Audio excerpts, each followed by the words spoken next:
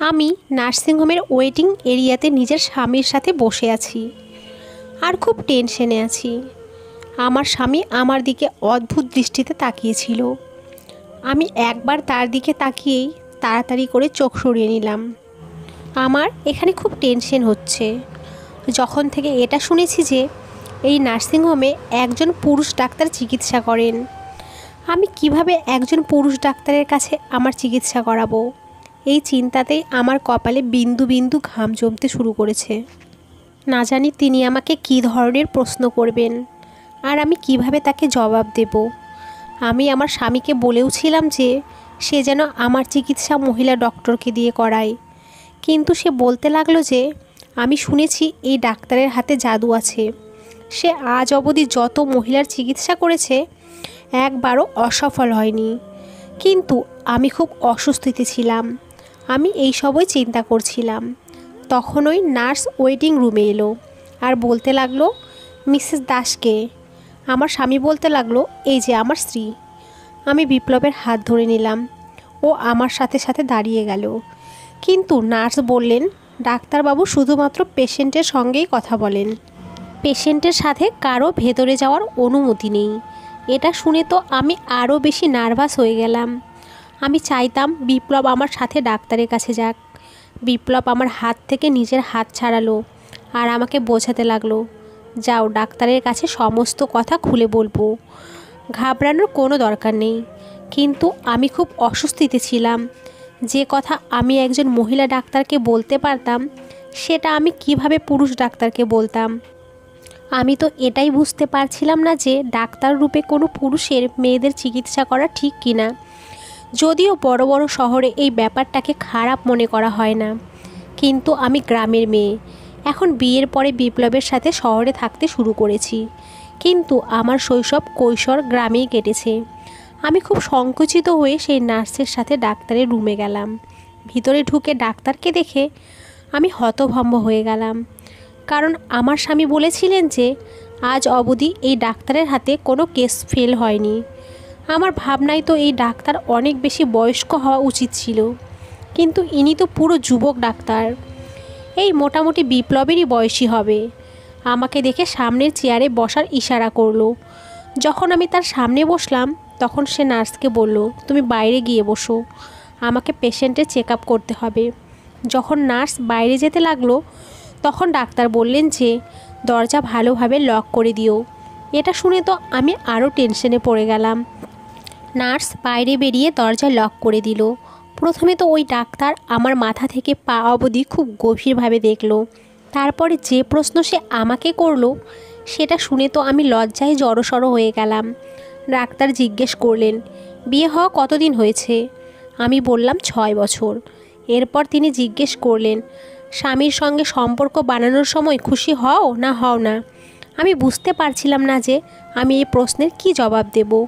লজ্জায় আমি মাথা নিচু করে নিলাম।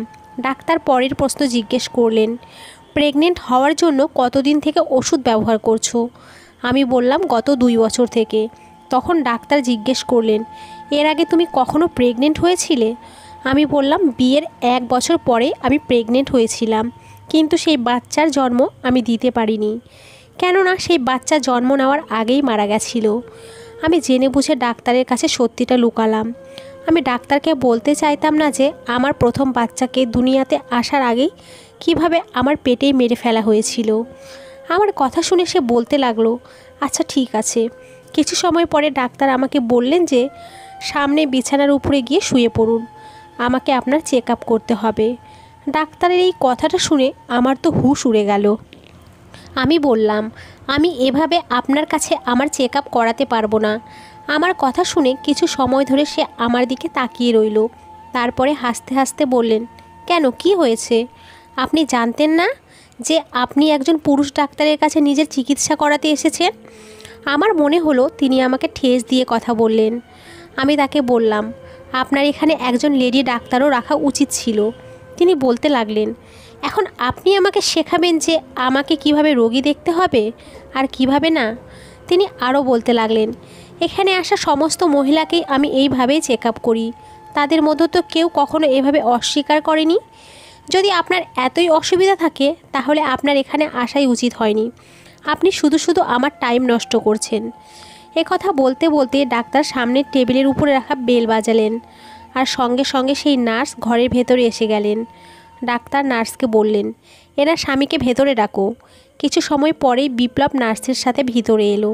ডাক্তার ওকেও সামনের চেয়ারে বসতে বললেন। এরপরে ডাক্তার বিপ্লবকে বললেন, আপনার স্ত্রী আমার কাছে একদমই চেক আপ করার জন্য রেডি নন। তিনি বলছেন আমার এখানে একজন লেডি ডাক্তার রাখা উচিত ছিল।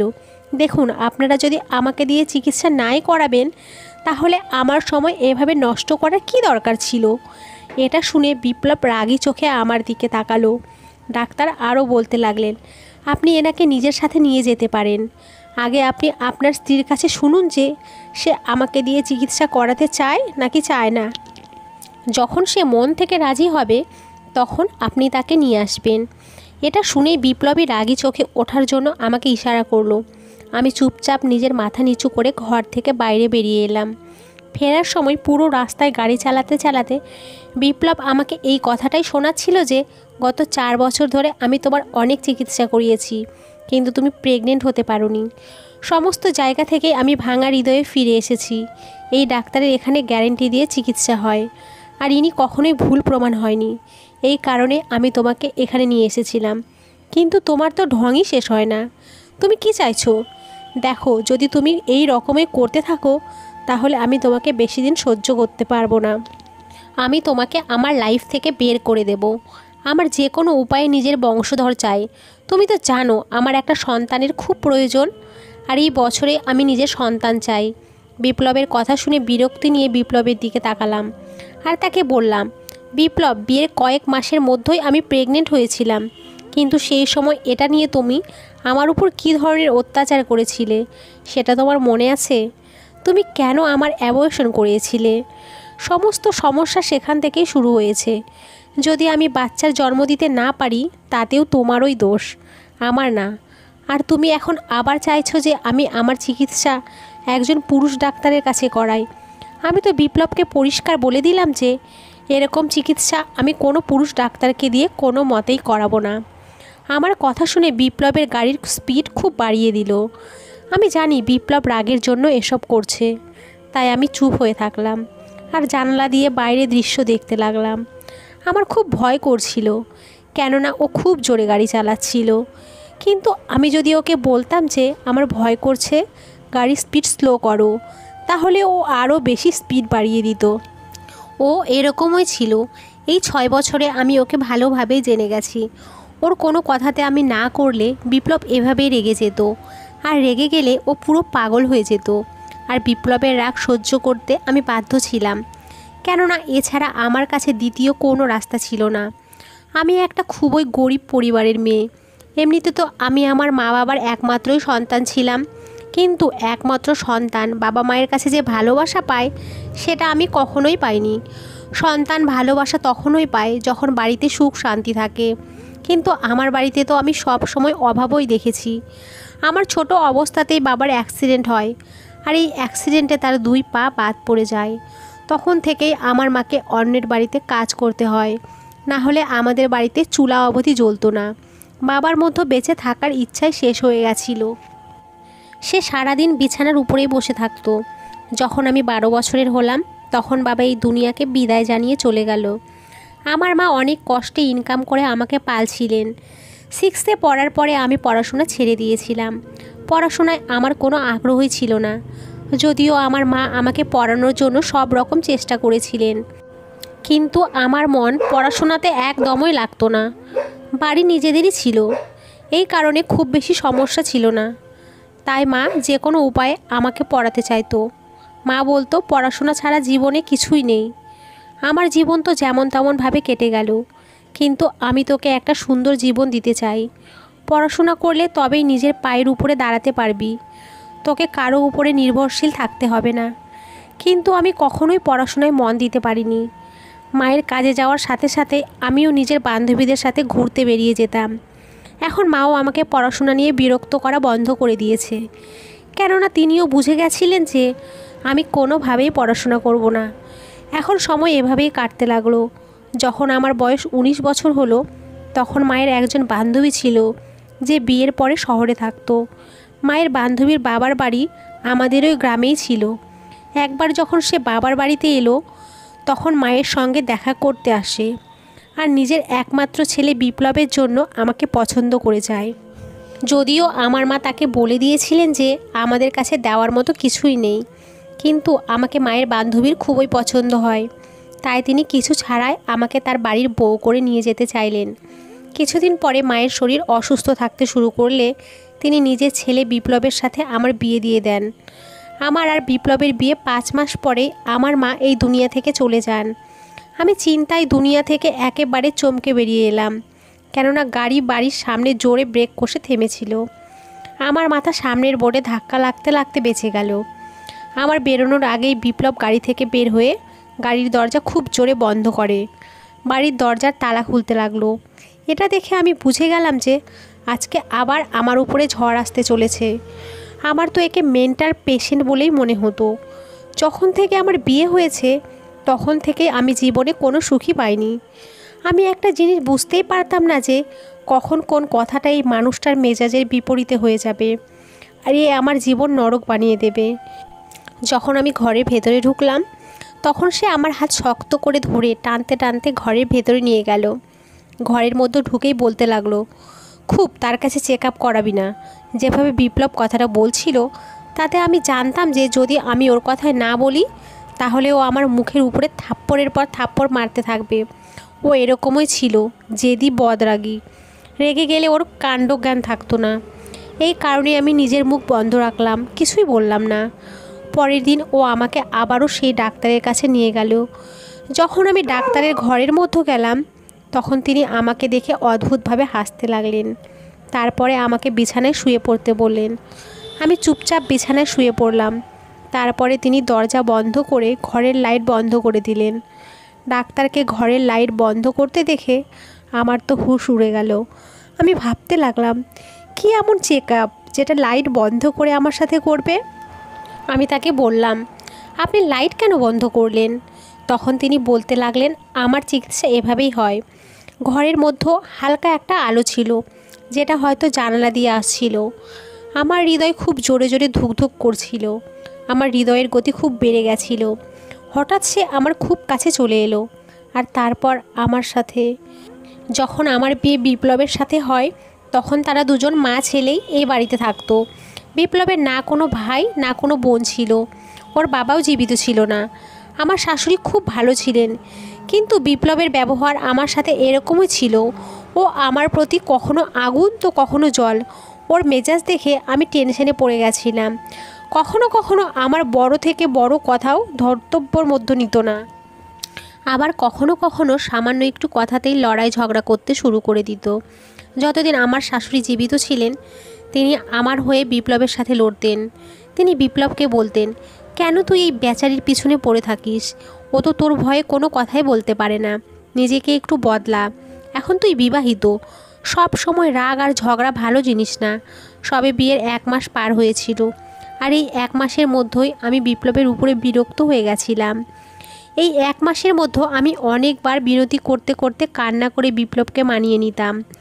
যদিও কোনো কথাতে রেগে যেত তাহলে যতক্ষণ না অবধি আমি ওর সামনে কান্না করতে করতে হাত জোড় করতাম ততক্ষণ ও একদমই ঠান্ডা হতো না। এই 1 মাসেই 1-2 বার ও আমার উপরে হাত অবধি উঠিয়ে দিয়েছিল। ও ছোট ছোট কথাতেও এত বেশি রেগে যেত যে আমার উপরে হাত উঠিয়ে দিত। কখনো বলতো, তুমি জামা ভালোভাবে আয়রন করো না। কখনো বলতো, তুমি চা ভালোভাবে বানাও না। যদিও আমি নিজের দিক থেকে পুরো চেষ্টা করতাম ওর যেমন পছন্দ করে আমি সেরকমই কাজ করব, কিন্তু ও কোনো কিছুতেই খুশি হতো না। বিয়ের কয়েক মাস পরেই যখন আমি প্রেগনেন্ট হয়েছিলাম তখন যে অবস্থা বিপ্লব আমার করেছিল সেটা যে শুনবে তারই অন্তরাত্মা কেঁপে উঠবে। সেই সময় যখন আমি প্রেগনেন্ট হয়েছিলাম তখন আমার শরীর একদমই ঠিক ছিল না। এই কারণে আমার শাশুড়ি আমাকে পাশের ক্লিনিকে নিয়ে গেছিল। ডাক্তার আমার 1-2টো টেস্ট করালো। তারপরে এই খুশির খবর শুনিয়েছিল যে আমি প্রেগন্যান্ট। আমি এই খবর শুনে খুব খুশি হয়ে গেছিলাম। আমি ভেবেছিলাম যখন এই খবর বিপ্লব জানবে তখনও শুধরে যাবে আর ও আমার খেয়াল রাখতে শুরু করবে। কিন্তু এটা আমার একটা চরম ভুল ছিল। যখন আমার শাশুড়ি এই খবর বিপ্লবকে শোনালো তখন ও একদমই চুপচাপ হয়ে গেল, আর রাগের কারণে ওর চোখ লাল হতে শুরু করেছিল। আমার মনে হচ্ছিল ও ভিতরে ভিতরে নিজের রাগকে সহ্য করছে, আর এটা দেখে আমি খুব ভয় পেয়ে গেছিলাম। আমি বুঝতে পারছিলাম না যে এই খবর শুনে রেগে গেল কেন। এটা তো একটা খুশির খবর। রাতের বেলা যখন আমি ঘরে এলাম তখন ও খুব সিগারেট খাচ্ছিল, পুরো ঘর ধোঁয়ায় ভর্তি হয়ে গেছিল। যখন আমি সাইড টেবিলের দিকে তাকালাম তখন সেখানে সিগারেটের টুকরোতে ভর্তি হয়েছিল। আমাকে ঘরে আসতে দেখেই ও বলতে লাগলো, আমাদের বিয়ে সবে মাত্র কয়েক মাস হয়েছে, আর তুমি এখনই বাচ্চা জন্ম দিতে চাইছো? অশিক্ষিত গাইয়া মেয়ে, জীবনকে এনজয় করতে শেখো। এখনই আমি বাচ্চার দায়িত্ব নিতে চাই না। বিপ্লবের মুখ থেকে এইসব কথা শুনে আমি হতবাক হয়ে গেলাম। আমি বললাম, বিপ্লব, এটা তো ভগবানের আশীর্বাদ, আর ভগবানের ইচ্ছাতেই সব হয়েছে। আমার চাওয়া না চাওয়াতে কিছুই হতে পারে না। আমার কথা শুনে বিপ্লব বলতে লাগলো, কিন্তু আমার সন্তান আমার ইচ্ছা মতোই জন্ম নেবে, এখানে ভগবানের মর্জি চলবে না। যখন আমি চাইবো তখনই সে এই দুনিয়াতে আসবে, আর যখন চাইবো না তখন কেউই ওকে এই দুনিয়াতে আনতে পারবে না। বিপ্লবের মুখ থেকে এই ধরনের কথা শুনে আমার খুব খারাপ লাগছিল। ও আরও বলতে লাগলো, এখনোই আমার বাচ্চা চাই না, আমি 2 বছর নিজের বিয়েকে এনজয় করতে চাই। কালকে আমি তোমাকে হাসপাতাল নিয়ে যাব আর তোমার অ্যাবর্শন করিয়ে আনবো। এটা শুনে আমি হতভম্ব হয়ে বিপ্লবের দিকে তাকালাম। এরপরে আমি বিপ্লবকে বললাম, বিপ্লব, আমি এইসব করাবো না। এটা তো একটা পাপ। যে বাচ্চা দুনিয়াতে আসেইনি, আমি আসার আগেই তাকে কিভাবে হত্যা করতে পারি? আমি এই বাচ্চাকে জন্ম দিতে চাই। বিপ্লব রেগে বলতে লাগলো, তুমি কে এই সিদ্ধান্ত নেওয়ার? আমার সন্তান, আমি ওর সিদ্ধান্ত নেব, আর আমি এখনোই ওকে এই দুনিয়াতে আনবো না। এটা বলার পরে ও লাইট বন্ধ করে শুয়ে পড়ল। সারা রাত আমার এটা ভেবে ঘুম আসেনি যে না জানি ও কী করবে। সকালে বিপ্লব ঘুম থেকে ওঠার আগেই আমি উঠে ঘর থেকে বাইরে বেরিয়ে এলাম। এরপরে আমি সমস্ত কথা আমার শাশুড়িকে বলে দিলাম। বিপ্লব ঘুম থেকে উঠে বাইরে বেরিয়ে আমাকে হাসপাতালে যাওয়ার জন্য রেডি হতে বলল। তখন আমার শাশুড়ি বলতে লাগলো যে, বিপ্লব, ও যাবে না, আর খবরদার তুই যদি বাচ্চাকে নষ্ট করার কথা চিন্তাও করিস তাহলে দেখতে পাবি কি হয়। বিপ্লব রাগী চোখে আমার দিকে তাকালো। আমি ভয়ে জড়সড় হয়ে শাশুড়ির পেছনে লুকিয়ে গেলাম। ও আমার দিকে রাগী চোখে তাকাতে তাকাতে বাইরে চলে গেল। 3 দিন অবধি বাড়িতে এলো না। এখন আমার বিপ্লবকে নিয়ে চিন্তা হতে লাগলো, কেননা রাগের চোটে ও অন্ধ হয়ে গেছিল আর যা কিছু করে ফেলতে পারে। আমার শাশুড়ি তো আমাকে কিছুই বলেননি, কিন্তু তিনিও টেনশনে ছিলেন। 3 দিন পরে বিপ্লব যখন এলো তখনও ওর চোখ রাগে লাল হয়েছিল। আমি ওকে খাবার খেতে দিলে ও প্লেট উঠিয়ে ছুঁড়ে ফেলে দিল আর বলতে লাগলো, আমার চোখের সামনে থেকে দূর হ, তুই আমাকে নিজের মুখ দেখাবি না। আমার শাশুড়ি এইসব তামাশা দেখে বললেন, যাও তুমি ঘরের মধ্যে চলে যাও। আমি আমার ঘরের মধ্যে এসে হাউ মাউ করে কাঁদতে লাগলাম। আমার শাশুড়ি বিপ্লবকে খুব ভালোবেসে বোঝাচ্ছিল, কিন্তু ও একদম চুপচাপ হয়ে থাকলো। আমি জানতাম ওর চুপচাপ থাকার মানে কি। যাই হোক, ওকে বলতাম যে ও যা চায় তাই করে নিক, কিন্তু ও আমার কথা না শুনেই আমাকে মাটির উপরে ধাক্কা দিয়ে ফেলে আমার পেটে জোরে জোরে লাথি মারতে লাগলো, আর আমি ব্যথায় চিৎকার করতে থাকলাম। বিপ্লব বলতে লাগলো, আমি শান্তিতে এই ঝামেলাকে শেষ করতে চাইছিলাম, কিন্তু তুই ভুলে গেছিস যে আমার উপরে জেদ আমি মনে মনে ভেবে নিয়েছিলাম যে আমি এখন ওর কোনো কথাতেই না করব না। ওর সন্তানও জীবিত রাখুক অথবা মেরে ফেলুক, আমি বাধা দেব না, যেহেতু আমাকে জীবন এখানে বিপ্লবের সাথেই কাটাতে হবে। তাই আমি বিপ্লবের সাথে লড়াই ঝগড়া করে জীবন পার করতে পারবো না। এরপরে বিপ্লব ঘরের মধ্যে এলো। এর আগে আমি খাটলে তোর এই অবস্থায় হবে। এখন আমি এভাবেই এই ঝামেলাকে শেষ করব। আমার শাশুড়ি আমার চিৎকার শুনে দরজা ধাক্কাতে লাগলেন। আমার চিৎকারে পুরো ঘর কেঁপে উঠেছিল।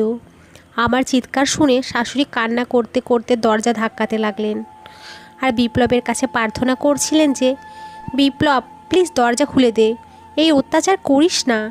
কিন্তু বিপ্লব ঘরের দরজা খোলেনি। সে আমাকে এতটা মেরেছিল যে আমি একদম মরার মতো হয়ে গেছিলাম। আমার শাশুড়ি দরজার বাইরে থেকে কান্না করছিলেন আর দরজা বাজাচ্ছিলেন, আর বিপ্লবকে বলছিল, বিপ্লব, ভগবানের দোহাই, এরকম অন্যায় করিস না, দরজা খুল, তুই বৌমার সাথে কি করছিস? কিন্তু বিপ্লব দরজা খুলল না, যতক্ষণ না ও আমার ভিতরে ছোট্ট প্রাণের চিহ্ন শেষ না করে দিল। আমার চোখ থেকে জল বয়ে যাচ্ছিল। বিপ্লব ঝড়ের বেগে দরজা খুলল আর ঘর থেকে বাইরে বেরিয়ে গেল। আমার শাশুড়ি দৌড়াতে দৌড়াতে আমার কাছে এলো, কিন্তু আমার অবস্থা দেখে তিনি খুব ঘাবড়ে গেলেন। আমার মনে হচ্ছিল আমি আজকেই মরে যাব। আমার শরীর নিস্তেজ হয়ে এসেছিল। আমার শাশুড়ি কান্না করতে করতে বিপ্লবের কাছে গেল আর ওর সামনে হাত জোড় করে বলল, ভগবানের জন্য একে হাসপাতালে নিয়ে চল। কিন্তু বিপ্লব তো পাথরের মতো দাঁড়িয়ে রইল। আমার শাশুড়ি ফোন করে অ্যাম্বুলেন্স ডাকলেন আর আমাকে হাসপাতালে নিয়ে গেলেন। 3 দিন আমি হাসপাতালেই ছিলাম। তারপরে আমি বাড়িতে ফিরে এসেছিলাম। বিপ্লব আমার সাথে একদমই কথাবার্তা বন্ধ করে দিয়েছিল। আমিও বিপ্লবের সাথে কোনো কথাবার্তা বলতাম না। যা কিছু বিপ্লব আমার সাথে করেছিল, আমার মন চাইতো আমাকে যেন ওই অসভ্য লোকটাকে না দেখতে হয়। আমি ওই লোকটার মুখ অবধি দেখতে চাইতাম না। আজকে আমি নিজের ভুলের জন্য পস্তাচ্ছিলাম। আমি যদি আমার মায়ের কথা শুনে কিছুটা পড়াশোনা শিখতাম, তাহলে আমাকে এই দিন দেখতে হতো না। ওকে ছেড়ে আমি যে কোনো জায়গায় কাজ করে নিজের জীবন কাটাতাম। কিন্তু এখন আমি অসহায়। ওই লোকটার দয়ায় বেঁচে আছি। আমার মাথায় হাত রাখার মতো না আমার বাবা আছে, আর না আছে আমার মা, আর না আমি পড়াশোনা জানি। আর বিপ্লব আমার এই জিনিসটারই ফায়দা নিচ্ছিল। আমার শাশুড়ি খুব ভালো ছিলেন, তিনিই আমার খেয়াল রাখতেন। কিন্তু তিনিও এখন আমার সাথে সাথ দিতে পারতেন না। তিনি নিজেও বিভিন্ন অসুখে ভুগছিলেন। একদিন বিপ্লব নিজেই আমার সাথে কথা বলতে লাগলো। আমার মন তো চাইছিল না যে আমি বিপ্লবের সাথে কথা বলি, কিন্তু তারপরেও আমি নিজের মনকে বোঝালাম আর বিপ্লবের সাথে কথা বলা শুরু করে দিলাম। এছাড়া আমার কাছে অন্য কোনো রাস্তা ছিল না। হয় আমাকে বিপ্লবের সাথে জীবন কাটাতে হবে, আর না হলে নিজের বাবার বাড়িতে ফিরে যেতে হবে। কিন্তু সেখানেও আমার মা বেঁচে নেই। এই কারণে হৃদয়ে পাথর রেখে আমি বিপ্লবের সাথে কথা বলা শুরু করে দিলাম। যা কিছু হয়ে গেছিল আর যা আমি হারিয়ে ফেলেছি, সেটা আমি কোনো অবস্থাতেই ফিরে পাবো না। 1 বছর অবধি না জানি বিপ্লব আমাকে কি কি ওষুধ খাইয়েছে, কেননা ও বাচ্চা চাইতো না। আর সেই সময়ে আমার শাশুড়িও এই দুনিয়ার মায়া ছেড়ে চলে যান। তার মৃত্যুতে তো আমার মনে হয়েছিল যে আমি এই পৃথিবীতে একলা হয়ে গেছি। তিনি থাকলে তাও আমার কিছুটা সাহস জোগাতেন। এখন বিপ্লব তো যেন একেবারে স্বাধীন হয়ে গেছে। কেননা আগে তবু মায়ের সামনে কিছুটা নরম সুরে কথা বলতো, কিন্তু এখন তো খোলা ষাঁড়ের মতো ছুট পেয়ে গেছে। এখন তো প্রতিদিনই আমার উপরে কখনো হাত উঠাতো, কখনো চিল্লাতো, তো কখনো বাসনপত্র ছুঁড়ে ভাঙতো। এরপরে একদিন হঠাৎ করে আমাকে বলতে লাগলো যে আমার এখন বাচ্চা চাই। এটা শুনে আমার হৃদয় দুঃখে ভরে উঠেছিল, কেননা আমার ভিতর থেকে সন্তানের আশা শেষ হয়ে গেছিল যে আমি কখনো মা হব। এরপরে বিপ্লব বাচ্চার আশায় আমাকে ওষুধ খাওয়ানো বন্ধ করে দিলে, কিন্তু তারপরেও আমি প্রেগনেন্ট হইনি। এভাবেই 1 বছর পার হয়ে গেল। তারপরে বিপ্লব আমাকে লেডি ডাক্তারের কাছে নিয়ে গেল। ডাক্তার আমার চেক আপ করে বললেন, প্রথম প্রেগনেন্সিতে তোমার সাথে এমন কিছু প্রবলেম হয়েছে যার কারণে তুমি কখনো মা হতে পারবে না। আমার স্বামী আমার সাথে যে অন্যায় অত্যাচার করেছিল, হয়তো সেই কারণেই ভগবান ওর থেকে এই খুশি ছিনিয়ে নিয়েছে।